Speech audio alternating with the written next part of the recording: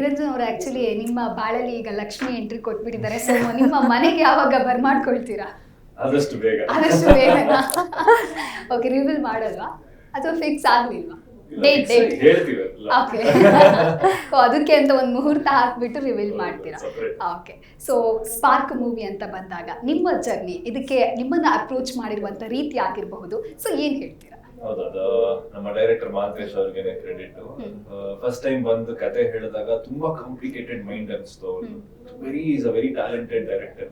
ಹೊಸಬ್ರಾಗಿ ತುಂಬಾ ಆಲೋಚನೆಯಿಂದ ತುಂಬಾ ಕತೆ ತುಂಬಾ ಶ್ರಮ ಪಟ್ಟು ಬರೆದು ಕತೆನ ತುಂಬಾ ವರ್ಷಗಳಿಂದ ಇಟ್ಕೊಂಡಿದ್ದ ಕತೆ. ಅದು ಏನೋ ಒಂದ್ ಹೇಳ್ಬೇಕು, ಜನರಿಗೋಸ್ಕರ ಏನೋ ಒಂದ್ ಮಾಡ್ಬೇಕು, ಒಂದು ಸೋಷಿಯಲ್ ಕಾಸ್ ಇಟ್ಕೊಂಡು ಕಮರ್ಷಿಯಲ್ ಆಗಿ ಆತರ ವರ್ಕೌಟ್ ಮಾಡ್ಬೇಕು ಒಂದು ಸಿನಿಮಾನ ಅಂತ ತುಂಬಾ ಚೆನ್ನಾಗಿ ಪ್ಲಾನ್ ಮಾಡ್ಕೊಂಡು ನನ್ನ ಹತ್ರ ಬಂದಿದ್ರು.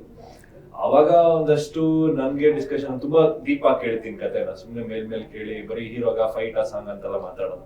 ಕತೆ ಏನು ಕತೆ ಅಂತ ಅಂದ್ಬಿಟ್ಟು ಕರೆಕ್ಟ್ ಆಗಿ ಡಿಸ್ಕಸ್ ಮಾಡಿ ತುಂಬಾ ಟೈಮ್ ತಗೊಂಡು ಆಮೇಲೆ ಒಪ್ಕೊಂಡು ಅದಾದ್ಮೇಲೆ ಒಂದು ಬ್ರೀಸ್ ತರ ಕಂಪ್ಲೀಟ್ ಸ್ಟಾರ್ಟ್ ಟು ಫಿನಿಶ್ ಎಷ್ಟು ಬೇಗ ಆಯ್ತು, ಹಿಂಗ್ ಮುಗೀತು, ಹಿಂಗ್ ಪಬ್ಲಿಸಿಟಿ ಮಾಡ್ತೀವಿ, ನನಗೆ ಗೊತ್ತಾಗ್ತಿದೆ. ಓಕೆ.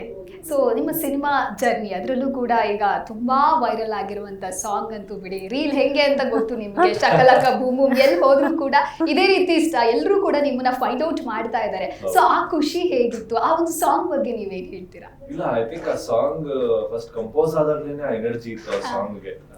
ಯಾಕಂದ್ರೆ ಪ್ರಮೋದ್ ಮಲ್ವಂತ್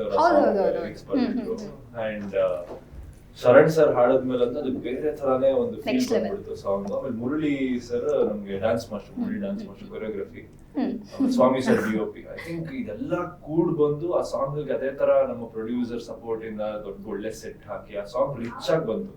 ನಾವು ಎಕ್ಸ್ಪೆಕ್ಟೇಷನ್ಸ್ ಇರ್ಲಿಲ್ಲ. ಆಮೇಲೆ ಅಮ್ಮಿಪುರದ್ದು ಡಾನ್ಸ್ ಪ್ರಾಕ್ಟೀಸ್ ನಾವು ಆಲ್ಮೋಸ್ಟ್ 7 days 8 days ಬೇರೆ ತರ ಮಾಡಿದ್ವಿ. ಕೊರಿಯೋಗ್ರಫಿ 3 ವಾರ ಒಂದು ಕೊರಿಯೋಗ್ರಫಿನ 7 ದಿನ ಕಲಿಯೋದು ಒಂಥರ. ನಾವು 3-4 ಕೊರಿಯೋಗ್ರಫಿ 7 ದಿನ ಕಲ್ತ್ವಿ. ಯಾವ್ದು ಸೆಟ್ ಆಗುತ್ತೆ, ಯಾವ್ದು ಚೆನ್ನಾಗುತ್ತೆ ಅಂತ.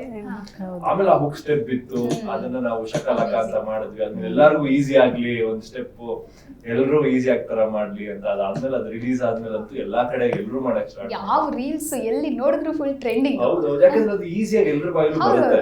ಚಿಕ್ಕ ಮಕ್ಳಿಂದ ಹಿಡಿದು ದೊಡ್ಡವ್ರ ತನಕ ಯಾರೇ ಇವಾಗ ನನ್ಗೆ ಹೆಂಗಿದ್ರೆ ಫೋನ್ ಮಾಡಿದ ತಕ್ಷಣ ಶಕಲಕ ಬೂಮ್ ಹಂಗಾಗಿದೆ.